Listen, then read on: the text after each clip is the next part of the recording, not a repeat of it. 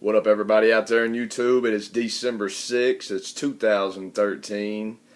Here on a rainy, cold, icy, snowy day here in Tennessee. It's nice and dirty, but we enjoy days like this sometimes.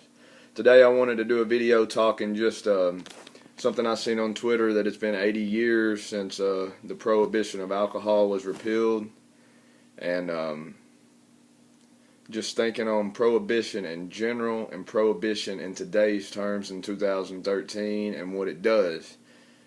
My specific topic, like it usually is dealing with the prohibition against a plant known as cannabis, also known as marijuana, that has been proven to be effective in treating debilitating diseases and helping people who, have been through the whole meal and tried all the pharmaceuticals, tried everything that normal doctors prescribe or are allowed to give. Since our doctors go through a health system and they go through this schooling and teaching that only teaches them, what they want them to learn, what the system wants them to learn. Well, in order to understand health and all that, we're going to have to go back. We got to understand our roots. We got to understand the tree of life. We got to understand what happened in the garden. But on this, I'm not getting all going that completely back on this video. What I'm really wanting to talk about is what prohibition, how it fuels drug addicts, how it actually fuels drug addiction, and how it hasn't, prohibition, especially to cannabis, has did nothing but destroy this world, which is the powers of evil, which is, Satan's plan is to destroy this world and make us lose knowledge and not even realize what we're missing. Keep us confused, keep us in a state of, just fuzziness, to where we don't even have a clue, to where when we get sick, we do buy into everything the doctor gives us because we think that's the only route, but we just think that's the only route. There's a completely different route. I mean, that's the broad, that's the wide route. Everybody goes to the doctor, everybody gets their flu shots, everybody, does this, and well, everybody eats the same kind of diet here in America, and then we all get sick at the same time and think we're spreading flu bugs and think we're spreading sicknesses and all this, when really it's just, it could be something that's in the air. It's like, hey, do you got this in you at this time? And then boom, you get the curse dumped on you. Depends on how you look at it. But what I'm wanting to say is how it fuels drug addiction. There's so many people and friends of mine who have been caught with just a little bit of cannabis. Like, say, just a little bit. When I say like a gram, a smaller bit, like what a joint would be, or a couple bowls or something, if you're looking at it in a smoking term or whatever. But they've been caught with just a little bit of amount, like what would be in one cigarette, just a little bit of amount, and then they've had to pay like $3,000 or $4,000 into the system and all this. So many people will be like, well, we can make so much money off cannabis and marijuana if it was legal, but then they don't realize that the system can make $3,000 or $4,000 off a gram, and nobody in this world is ever going to be able to grow a gram that's going to be worth $3,000 or $4,000, and the system won't. And if we legalize, it frees the world. It's not like, hey, we're going to still see people selling $400 and $500 ounces when we can all grow it in our backyard next to our tomato and corn plants and sunflowers. That's when we're free. But what I'm talking about, like I'm trying to get to, I'm just, me, I dance around, I'm trying to get to how it's fueled drug addiction. Where you see people who get caught with a little bit, then they get put on probation, they go to jail and all this. Well, they start dipping into harder drugs. Where they were just starting out smoking weed or marijuana, whatever.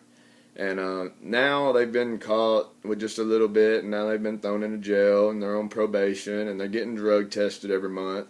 So instead of smoking weed, they start doing meth. They start doing pills. They start doing cocaine. They start doing all these other drugs that, well, get out of your system in like a day or two. They're, it's almost as soon as they metabolize and get you high, they're not even detectable, for the most part, they're in you for a couple days, but people can get them out quick. To where cannabis, it stays in your body, it stores in your fat cells because it does work. It's working. It does stuff while it's in there. It's breaking down fat, and you know, to where the myth is stoners are fat and lazy and stuff. Well, it gets in there, and it, you know, they've proven so much medical benefits on it, especially on the terms of cancer, and there's more cancer in America than anywhere else in the world. But you see all these people getting addicted to pills and all this stuff, and it started out as, you know, and they were getting high off weed, I guess, or smoking, and then they got in trouble due to the Prohibition laws. And they wasn't out selling, they wasn't out doing bad things with the plant. They were just, you know, trying to relieve a little stress, probably from this stressful life. And, you know, they didn't want to drink. They don't want to be like everybody else, so they did that. Well, now instead they're doing meth. Alright, we'll just take meth in general because there's a big meth problem in Tennessee. They do meth and they can get it out of their system. They can do it while they're on probation. They can do all this. Well, now, you know, due to the prohibition of marijuana, people are stemming into other drugs, and then our government wants to say that marijuana, cannabis, is the gate to the drug world. It's you know, what gets people into it when sugar is the first thing that's introduced to our kids, and, you know, animal, you know, eating meat. What about that? And what about all these other foods? And then caffeine, that's a drug. I'm addicted to caffeine.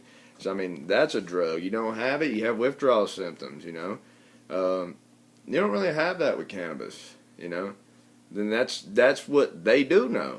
They tell us that we do, but you don't really have it. It's just sad because I feel that prohibition is causing people to go down the wrong path. And then you got people who are sick, and they get these sicknesses that could be treated with cannabis, not necessarily smoking, but consuming it and eating it orally or in the oil form, rubbing it on the skin, in my opinion, is the most effective ways, hands down. I think when you burn it, light it, smoke it, you're automatically burning and wasting 90% of what could be used if you were consuming it orally or rubbing it on your skin and letting it, you know, rubbing it on your skin is your biggest organ on your body. It absorbs it, and it goes to work. It's just how it is. I've put it on my hands for years, you know, where there for a while my pinky was swelling with arthritis and stuff. I was only like 21 years old, and it was from playing guitar and drinking too much cow's milk and just eating a bad diet in general. But I started rubbing it on my hands, and it helped, you know, when me play guitar, it helped loosen up my joints. And I instantly started being amazed at the potential and the power of this plant beyond what I had known from it from growing up, you know, smoking it or, you know, doing stuff like that. And I quickly wanted to be an advocate more of using it in ways other than smoking it, because most people mention cannabis or marijuana, they automatically think of somebody smoking a joint or getting high and just, you know, whatever. That don't need to be what people think of. Does that happen? Yes, it does. But, you know, people are getting high on Oxycontins, people are getting high on all these other legal drugs that doctors are giving, and they're not just getting high on them, they're aggressively addicted to them. And that's why rehab clinics are full of people with pill problems. If you've ever been around people with pill problems, it's a disease. I mean, that's a disease in general. But how it stems to drug addiction, that's what I'm saying. Like, people get cancer, then they're taking all these other drugs that doctors are giving when, you know, who knows? From what we know, people are being cured. They're being, you know, people testimonies from using cannabis oil, from eating fruits and vegetables, from changing their American lifestyle into the lifestyle of how us humans are supposed to live, where it's, you know, a plant-based diet, using natural medicines that have been put here on this earth, plant-based medicines, not all these sorceries and all these mixtures of chemicals and all this stuff that kills our whole entire body. People get chemo, you know, and does it kill the cancer? Sometimes it does, but it kills everything else in the body. So then if there's any cancer cells left, they can easily come back, and they can easily when they do come back, take over massively, because your whole immune system has been, it's been surrendered, it's been compromised, it's been just completely surrounded and killed, and now just a few cancer cells made it through because of how they are, and now that whole cancer is back. I mean, we all know this story. Anybody watching this video, if anybody is watching, you know this story. It's the same constantly. I mean, people will get over cancer, then it comes back. It just, I hear the same thing over and over. I go to the same funerals. It's the same story over and over, and it's like, when are we going to learn? But it seems there is information, knowledge. It's happening, but it's happening at a slow pace. We need rapid movement, rapid change, because only, people are getting sicker, and they don't even know why. They're polluting our air. We're not breathing good air, and that's another thing. That repealing the prohibition against cannabis, of what that plant can do and what it's proven to do, how it, actually scrubs bad stuff out of the air and releases clean air, just like what trees do. I mean, they release oxygen in the air. Well, this plant has proven, by acreage, 1 acre of that can release more air than an acre of trees. I mean, all that. So, I mean, we could clean our atmosphere. We could clean our greenhouse effect and all these problems that they say we have by legalizing cannabis and using it in the way it's supposed to be used. I mean, all of them are possibilities, but there's a group of people that know these possibilities, and they don't want that for us. They don't want it for us middlemen. They don't want it for our poor class, because it is, could give everybody a job.